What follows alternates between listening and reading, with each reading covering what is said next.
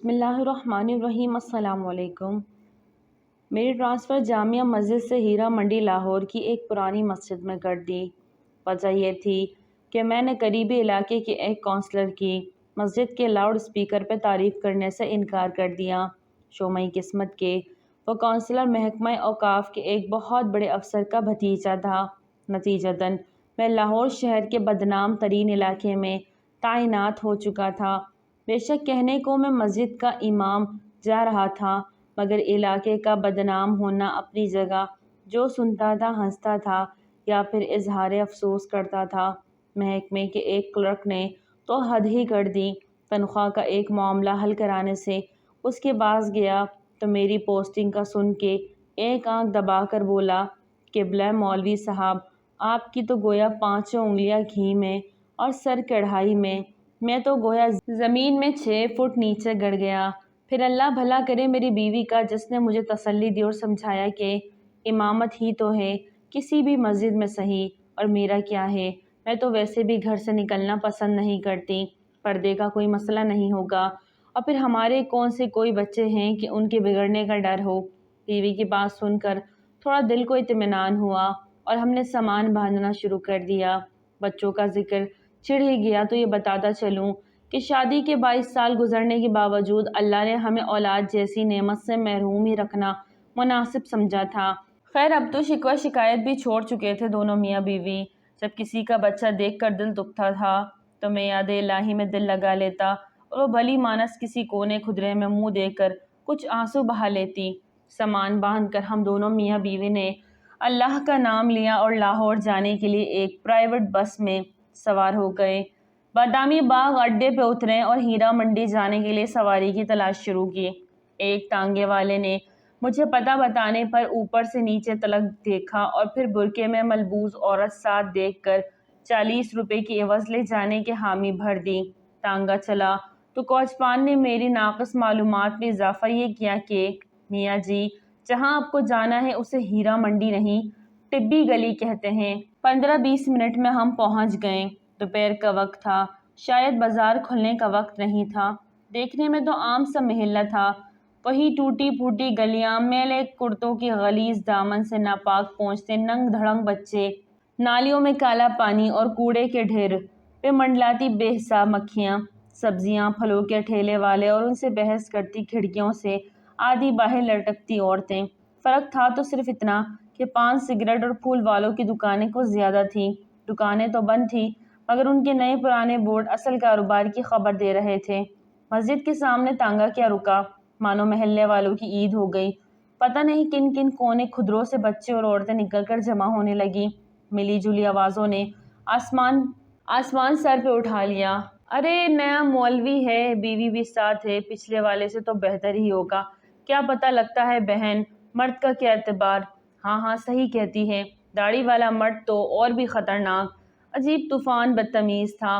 مکالموں اور فقروں سے ہی معلوم پڑتا تھا کہ جیسے طوائفوں کے محلے میں مولوی نہیں، شرفا کے محلے میں کوئی طوائف وارد ہوا ہے۔ اس سے پہلے کہ میرا ضبط کا پیمانہ لبریز ہوتا، خدا خوش رکھے غلام بشیر کو، جو مولوی صاحب کرتا دوڑ آیا اور ہجوم کو وہاں سے بھگا دیا۔ پتہ چلا کہ مسجد کا خادم ہے اور عرصہ 25 سال سے اپنے فرائض منصبی نہایت محنت اور دیانت داری سے ادا کر رہا تھا۔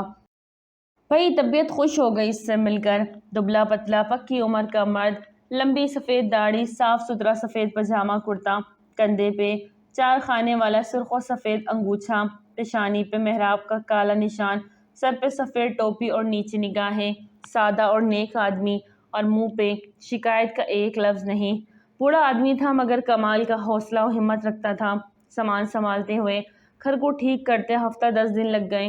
گھر کیا تھا، 2 کمروں کا کوارٹر تھا، مسجد سے متصل ایک چھوٹا سا باورچی خانہ، اس سے بھی چھوٹا غسل خانہ اور بیت الخلاء، اور ایک ننھا منا سا صحن۔ بہرحال ہم میاں بیوی کو بڑا گھر کس لیے چاہیے تھا، بہت تھا ہمارے لیے، بس ارد گرد کی عمارتیں اونچی ہونے کی وجہ سے تاریخی بہت تھی۔ دن 12 بجے بھی شام کا سا دھند لگا چھایا رہتا تھا۔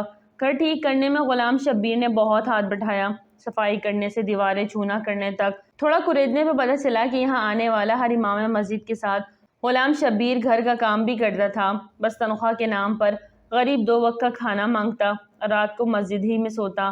یوں اس کو رہنے کی جگہ مل جاتی تھی، مسجد کی حفاظت بھی ہو جاتی تھی۔ ایک بات جب سے آیا تھا دماغ میں خٹک رہی تھی، سو ایک دن غلام شبیر سے پوچھ ہی لیا، میاں یہ بتاؤ پچھلے امام مسجد کے ساتھ کیا ماجرا گزرا؟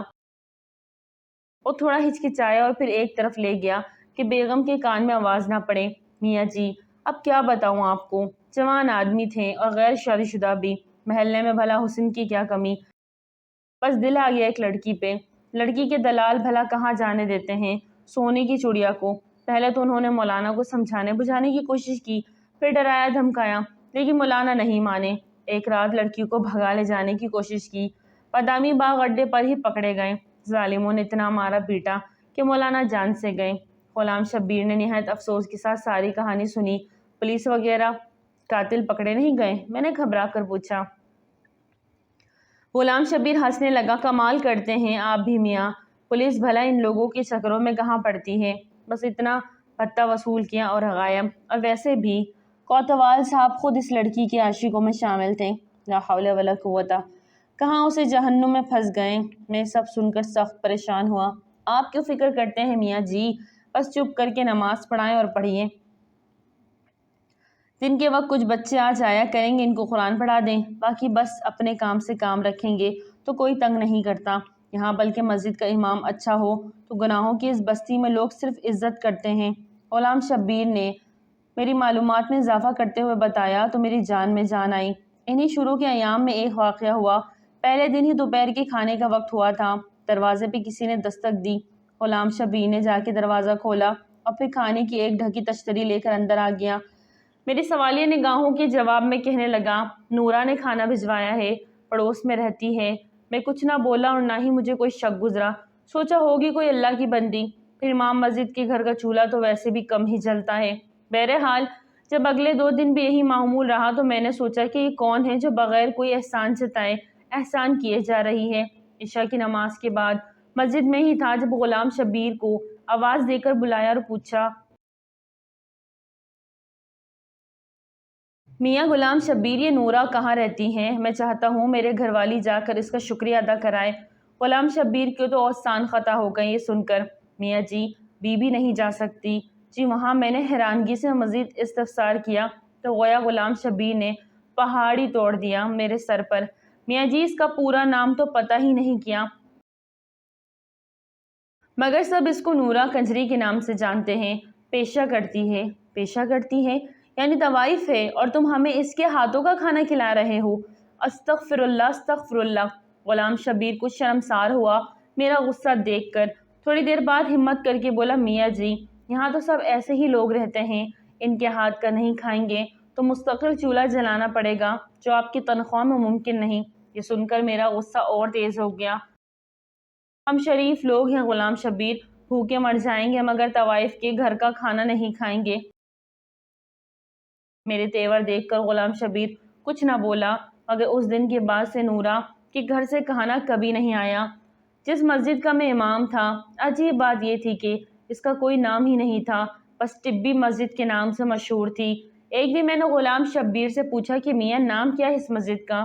وہ ہنس کر بولا، میاں جی اللہ کے گھر کا کیا نام رکھنا، پھر بھی کوئی تو نام ہوگا، سب مسجدوں کا ہوتا ہے۔ میں کچھ کھسیا کے بولا، بس میاں جی بہت نام رکھیں، جس فرقے کا مولوی آتا پچھلا نام تبدیل کر کے نیا رکھ دیتا، آپ ہی کوئی اچھا سا رکھ دیں۔ وہ سر کھجاتا ہوا بولا، میں سوچ میں پڑ گیا گناہوں کی اس بستی میں اس واحد مسجد کا کیا نام رکھا جائے، کیا نام رکھا جائے مسجد کا؟ ہاں موتی مسجد ٹھیک رہے گا، گناہوں کی کیچڑ میں چمکتا پاک صاف موتی۔ دل ہی دل میں نے مسجد کے نام کا فیصلہ کیا اور اپنی پسند کو داد دیتا اندر کی جانب بڑھ گیا، جہاں بیوی کھانا لگائے میری منتظر تھی۔ اب بات ہو جائے قرآن پڑھنے والے بچوں کی۔ تعداد میں 11 تھے اور سب کے سب لڑکے، ملی جلی عمروں کے 5 سے 11 سال یا 12 سال کی عمر کے۔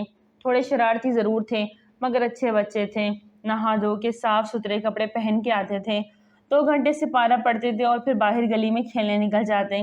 کون تھے، کس کی اولاد تھے، نہ میں نے کبھی پوچھا نہ کسی نے بتایا، لیکن پھر ایک دن غضب ہو گیا۔ قرآن پڑھنے والے بچوں میں ایک بچہ نبیل نام کا تھا، یوں تو اس میں کوئی خاص بات نہ تھی لیکن بس تھوڑا زیادہ شرارتی تھا۔ تلاوت میں دل نہیں لگاتا، بس آگے پیچھے ہلتا رہتا اور کھیلنے کا انتظار کرنے لگتا۔ میں بھی درگزر سے کام لیتا کہ چلو بچہ ہے، لیکن ایک دن ضبط کا دامن میرے ہاتھ سے چھوٹ گیا۔ اس دن صبح ہی صبح میرے سر میں ایک عجیب درد تھا۔ غلام شبیر سے مالش کرائی، پیناڈول کی 2 گولیاں بھی کھائی، مگر درد زور آور بیل کے مانند سر میں چنگھاڑتا رہا۔ درد کے باوجود اور غلام شبیر کے بہت منع کرنے پر بھی میں نے بچوں کا ناغہ نہیں کیا۔ نبیل بھی اس دن معمول سے کچھ زیادہ ہی شرارتیں کر رہا تھا۔ کبھی ایک کو چھیڑا، کبھی دوسرے کو۔ جب اس کی حرکتیں حد سے بڑھ گئیں تو یکایک میرے دماغ پر غصے کا بھوت سوار ہو گیا اور میں نے پاس رکھی لکڑی کی ریل اٹھا کر نبیل کو دے مارا۔ میں نے نشانہ تو کمر لیا تھا، مگر خدا کا کرنا ایسا ہوا کہ ریل بچے کی پیشانی پر جا لگی۔ خون بہتا دیکھ کر مجھے میرے سر کا درد بھول گیا اور میں نے گھبرا کر غلام شبیر کو آواز دی۔ وہ غریب بھاگتا ہوا آیا اور بچے کو اٹھا کے پاس والے ڈاکٹر کے کلینک پر لے گیا۔ خدا کا شکر ہوا کہ چوٹ گہری نہیں لگی تھی۔ مرہم پٹی سے کام چل گیا اور ٹانکے نہ لگے۔ خیر باقی بچوں کو فارغ کر کے مسجد کے دروازے پہ جا پہنچا کہ چادر میں لپٹی ایک عورت نے مجھے آواز دے کے روک لیا۔ میں نے دیکھا کہ وہ عورت دہلیز پہ کھڑی مسجد کے دروازے سے لپٹی رو رہی تھی۔ 40-45 کا سن ہوگا، معمولی شکل و صورت، سانولا رنگ اور چہرے پر پرانی چیچک کے گہرے داغ، آنسوؤں میں ڈوبی آنکھیں اور گالوں پر بہتا کالا سرما، زیور کے نام پہ کانوں میں لٹکتی سونے کی ہلکی سی بالیاں اور ناک میں چمکتا سستا سرخ رنگ کا لونگ۔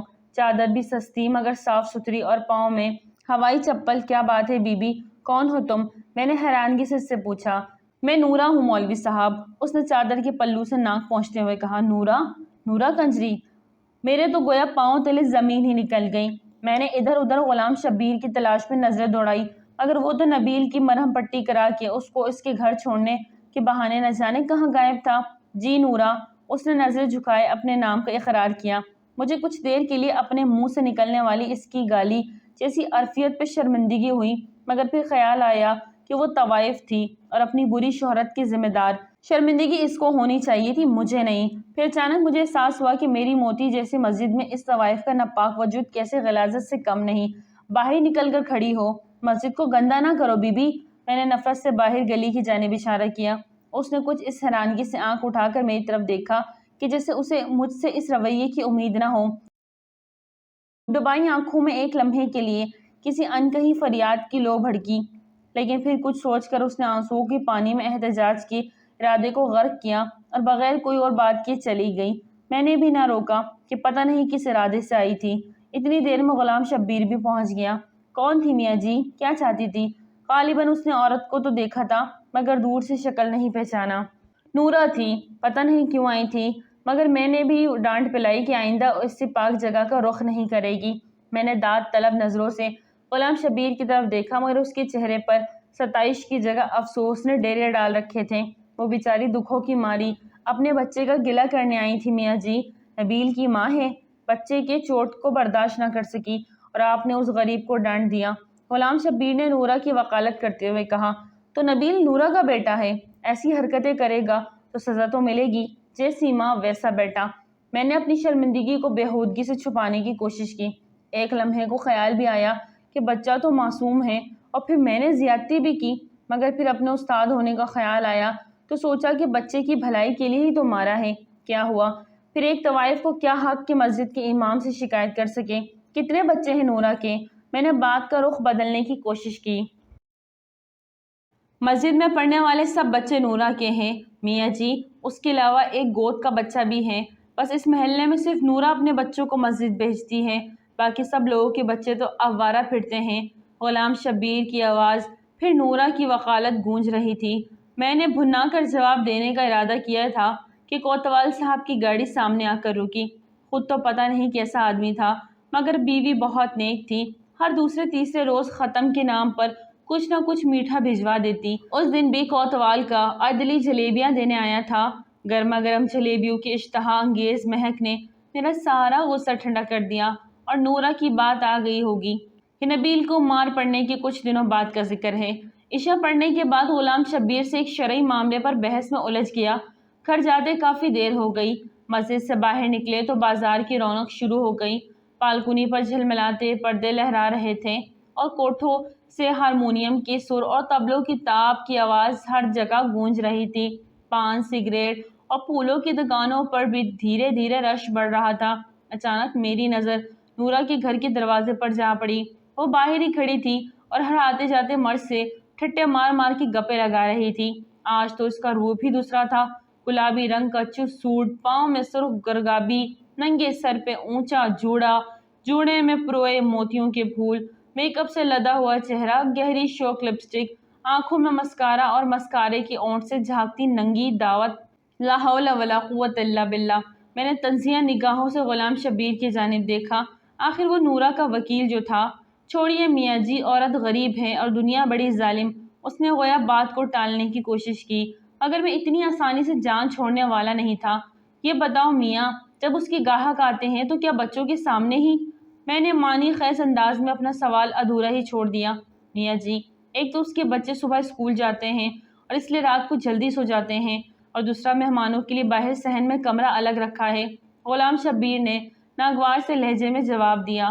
استغفر اللہ، استغفر اللہ۔ میں نے گفتگو کا سلسلہ وہیں ختم کرنا مناسب سمجھا، کیونکہ مجھے احساس ہو چکا تھا کہ غلام شبیر کے لہجے سے جھانکتی ناگواری کا رخ نورا کی جانب نہیں تھا۔ اس کے بعد نورا کا ذکر میرے سامنے تب ہوا جن دنوں میں اپنی اور زوجہ کے لیے حج بیت اللہ کی غرض سے کاغذات بنوا رہا تھا۔ اس غریب کی بڑی خواہش تھی کہ وہ اور میں اللہ اور اس کے نبی پاک کی خدمت میں پیش ہوں اور اولاد کی دعا کریں۔ میرا بھی من تھا کہ کسی بہانے سے مکے مدینے کی زیارت ہو جائے، نام کے ساتھ حاجی لگا ہو تو شاید محکمے والے کسی اچھی جگہ تبدیلی کر دیں۔ زوجہ کا ایک بھانجا انہی دنوں وزارت مذہبی امور میں کلرک تھا۔ اس کی وساطت سے درخواست کی قبول کی کامل امید تھی۔ کاغذات فائل میں اکٹھے کیے ہی تھے کہ غلام شبیر ہاتھ میں کچھ اور کاغذات اٹھائے پہنچ گیا۔ میاں جی، ایک کام تھا آپ سے، اجازت دے تو عرض کروں؟ اس نے ہچکچاتے ہوئے کہا۔ ہاں ہاں میاں، کیوں نہیں، کیا بات ہے؟ میں نے داڑھی کے بالوں میں انگلیوں سے کنگھی کرتے ہوئے اس کو بیٹھنے کا اشارہ کیا۔ میاں جی، آپ کی تو وزارت میں واقفیت ہے، ایک اور حج کی درخواست بھی جمع کرا دیں۔ اس نے ہاتھ میں پکڑے کاغذات میری جانب بڑھائے۔ دیکھو میاں غلام شبیر، تم اچھی طرح جانتے ہو کہ میں گھر بار تمہارے ذمہ چھوڑ کر جا رہا ہوں، اور پھر تمہارے پاس حج کے لیے پیسے کہاں سے آئیں؟ میں نے کچھ بھرمی سے پوچھا۔ نہیں نہیں میاں جی، آپ غلط سمجھے، یہ میری درخواست نہیں، نورا کی ہے، اس نے سہم کر کہا۔ کیا؟ میاں ہوش میں تو ہو؟ نورا کنجری اب مکہ مدینے جائے گی، اور وہ بھی اپنے ناپاک پیشے کی رقم سے؟ توبہ توبہ، میرے تو جیسے تن بدن میں آگ لگ گئی یہ واہیات بات سن کر۔ میاں جی، طوائف ہے پر مسلمان بھی ہے، اور وہ تو اللہ کا گھر ہے، اور جس کو بلانا چاہے بلا لے، اس کے لیے سب ایک برابر ہے۔ اپنی طرف سے غلام شبیر نے بڑی گہری بات کی۔ اچھا، اللہ جس کو بلانا چاہے بلا لے، واہ میاں واہ، تو پھر میں درخواست کیوں جمع کراؤں؟ نورا سے کہو کہ سیدھے اللہ تعالیٰ کو ہی بھیج دیں، میں نے غصے سے کہا اور اندر کمرے میں چلا گیا۔ زوجہ کا بھانجا برخوردار نکلا اور اللہ کے فضل کرم سے میری اور زوجہ کی درخواست قبول ہو گئی۔ ٹکٹ کے پیسے کم پڑے تو اسی بھلی لوگ کے جہیز کے زیور کام آ گئے۔ اللہ کا نام لے کر ہم روانہ ہو گئے۔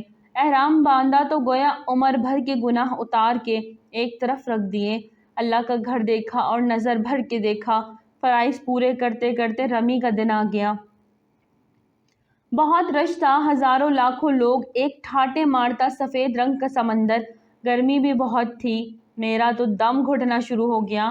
زوجہ بیچاری کی حالت بھی غیر ہوتی جا رہی تھی۔ اوپر سے غضب کچھ یہ ہوا کہ میرے ہاتھ سے اس غریب کا ہاتھ چھوٹ گیا۔ ہاتھ کیا چھوٹا، لوگوں کا ایک ریلا مجھے رگیڑتا ہوا پتہ نہیں کہاں سے کہاں لے گیا۔ عجب حالات تھے، کسی کو دوسرے کا خیال نہ تھا، ہر کوئی بس اپنی جان بچانے کے چکر میں تھا۔ میں نے بھی لاکھ اپنے آپ کو سنبھالنے کی کوشش کی، مگر پیر رپٹ ہی گیا، میں نیچے گر گیا۔ ایک عذاب نازل ہو گیا۔ ایک نے میرے پیٹ پر پیر رکھا تو دوسرے نے میرے سر کو پتھر سمجھ کر ٹھوکر ماری۔ موت میری آنکھوں کے سامنے ناچنے لگی۔ میں نے کلمہ پڑھا اور آنکھیں بند کی ہی تھی، کسی اللہ کے بندے نے میرا دایاں ہاتھ پکڑ کر کھینچا اور مجھے سہارا دے کر کھڑا کر دیا۔ میں نے سانس درست کی اور اپنے محسن کا شکریہ ادا کرنے کے لیے اس کی طرف نگاہ کی، مانو ایک لمحے کے لیے تو بجلی ہی گر پڑی۔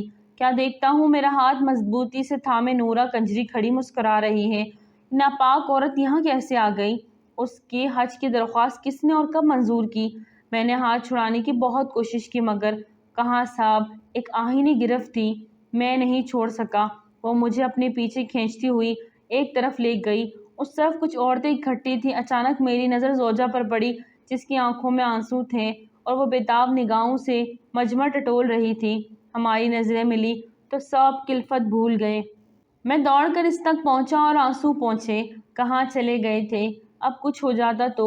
پریشانی سے الفاظ اس کے گلے میں اٹک رہے تھے۔ بس کیا بتاؤں، آج مرتے مرتے بچا ہوں۔ جانے کون سی نیکی کام آ گئی۔ میں تو پاؤں تلے روندا جا چکا تھا اگر نورا نہیں بچاتی۔ میں نے اس کو تسلی دیتے ہوئے کہا، نورا؟ ہماری پڑوسن نورا؟ وہ یہاں کیسے آ گئی؟ آپ نے کسی اور کو دیکھا ہوگا، اس نے حیرانگی سے کہا۔ ارے نہیں، نورا ہی تھی۔ میں نے ادھر نورا کی تلاش میں نظریں دوڑائی مگر وہ نہ جانے کب کی جا چکی تھی۔ بعد میں بھی اس کو بہت ڈھونڈا مگر اتنے جمع غفیر سے کہاں کوئی ملتا ہے۔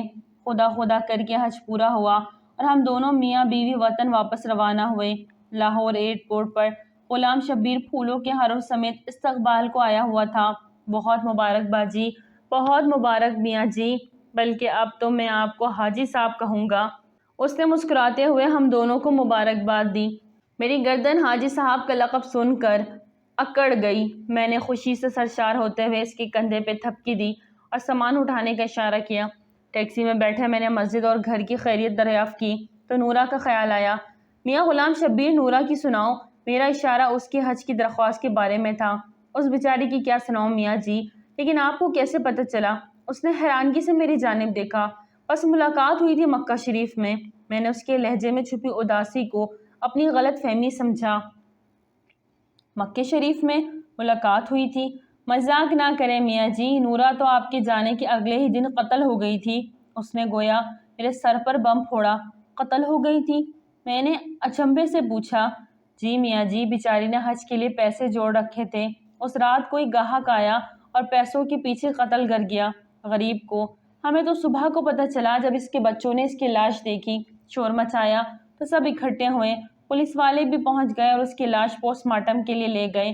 ابھی کل ہی میں مردہ خانے سے میت لے کے آیا ہوں۔ آج صبح ہی تدفین کی اس کی۔ غلام شبیر کی آواز آنسوؤں میں بھیگ رہی تھی۔ قاتل کا کچھ پتہ چلا؟ میں ابھی بھی حیرانگی کی گرفت میں تھا۔ پولیس کے پاس اتنا وقت کہاں میاں جی کہ طوائفوں کے قاتلوں کو ڈھونڈے۔ اس بیچاری کی تو نماز جنازہ میں بھی بس 3 افراد تھے، میں اور 2 غورکن۔ اس نے افسوس سے ہاتھ ملتے ہوئے کہا۔ اور اس کے بچے، ان کا کیا بنا؟ میں نے اپنی آنکھوں میں امڑتی نمی پونچھتے ہوئے دریافت کیا۔ نورا کے بچے نہیں ہیں میاں جی، غلام شبیر نے میرے کان میں سرگوشی کی۔ طوائفوں کے محلے میں جب کوئی لڑکا پیدا ہوتا تو زیادہ تر اسے راتوں رات اٹھا کر کوڑے کے ڈھیر پر پھینک دیا جاتا۔ وہ سب ایسے ہی بچے تھے۔ نورا سب جانتی تھی کہ کس کے یہاں بچہ ہونے والا ہے۔ بس لڑکا ہوتا تو اٹھا کر اپنے گھر لے آتی۔ کہنے کو تو طوائف تھی میاں جی، مگر میں گواہ ہوں، غریب جتنا بھی کماتی بچوں پر خرچ کر دیتی۔ بس تھوڑے بہت الگ کر کے حج پر جانے کے لیے جمع کر رکھے تھے، وہ بھی اس کا قاتل لوٹ کر لے گیا۔ یہ بتاؤ غلام شبیر، جب میں نے اس کی درخواست جمع کرنے سے انکار کیا تو اس نے کیا کہا؟ مجھ پہ حقیقتوں کے در کھلنا شروع ہو چکے تھے۔ بس میاں جی، کیا کہتی؟ بیچاری آنکھوں میں آنسو آ گیا، آسمان کی جانب ہاتھ اٹھائے اور کہنے لگی کہ بس تو ہی اس کنجری کو بلا لے، تو بلا لے۔ مجھ پر تو پوچھو گھڑوں پانی پڑ گیا۔ تعصب کی ایک آندھی چل رہی تھی۔ ہوا کے دوش میرے خطائیں اڑا رہی تھی، گناہوں کی مٹی چل رہی تھی اور میری آنکھیں اوندھیا جا رہی تھی۔ آپ کیوں روتے ہیں میاں جی؟ آپ تو ناپاک کہتے تھے اس کو۔ غلام شبیر نے حیرانگی سے میرے آنسو سے تر داڑھی دیکھتے ہوئے کہا۔ کیا کہوں غلام شبیر کہ کیوں روتا ہوں؟ وہ ناپاک نہیں تھی، ناپاک تو ہم ہیں جو دوسروں کی ناپاکی کا فیصلہ کرتے پھرتے ہیں۔ نورا تو اللہ کی بندی تھی، اللہ نے اپنے گھر بلا لیا۔ میری ندامت بھری ہچکیاں بند ہونے کا نام نہیں لے رہی تھی اور غلام شبیر نہ سمجھتے ہوئے مجھے تسلی دیتا رہا۔ ٹیکسی محلے میں داخل ہوئی اور مسجد کے سامنے کھڑی ہو گئی۔ اترا ہی تھا کہ نورا کے دروازے پر نظر پڑی۔ ایک ہجوم اکٹھا تھا وہاں۔ کیا بات ہے غلام شبیر، لوگ اب کیوں اکٹھے ہیں؟ میاں جی، میرے خیال میں پولیس والے عیدی سینٹر والوں کو لے کر آئے ہیں، وہی لوگ بچوں کو لے جائیں گے، ان غریبوں کی کوئی دیکھ بھال کرنے والا نہیں۔ غلام شبیر نے کچھ سوچتے ہوئے کہا۔ میں نے زوجہ کا ہاتھ پکڑا اور غلام شبیر کو پیچھے آنے کا اشارہ کرتے ہوئے نورہ کے دروازے کی جانب بڑھ گیا۔ کہاں چلے میاں جی؟ غلام شبیر نے حیرانگی سے پوچھا۔ نورہ کے بچوں کو لینے جا رہا ہوں۔ آج سے وہ میرے بچے ہیں، اور ہاں، مسجد کا نام میں نے سوچ لیا ہے، آج سے اس کا نام نور مسجد ہوگا۔ اگر ویڈیو اچھی لگے تو لائک کریں، چینل کو سبسکرائب کریں اور دعا میں یاد رکھیں۔ السلام علیکم۔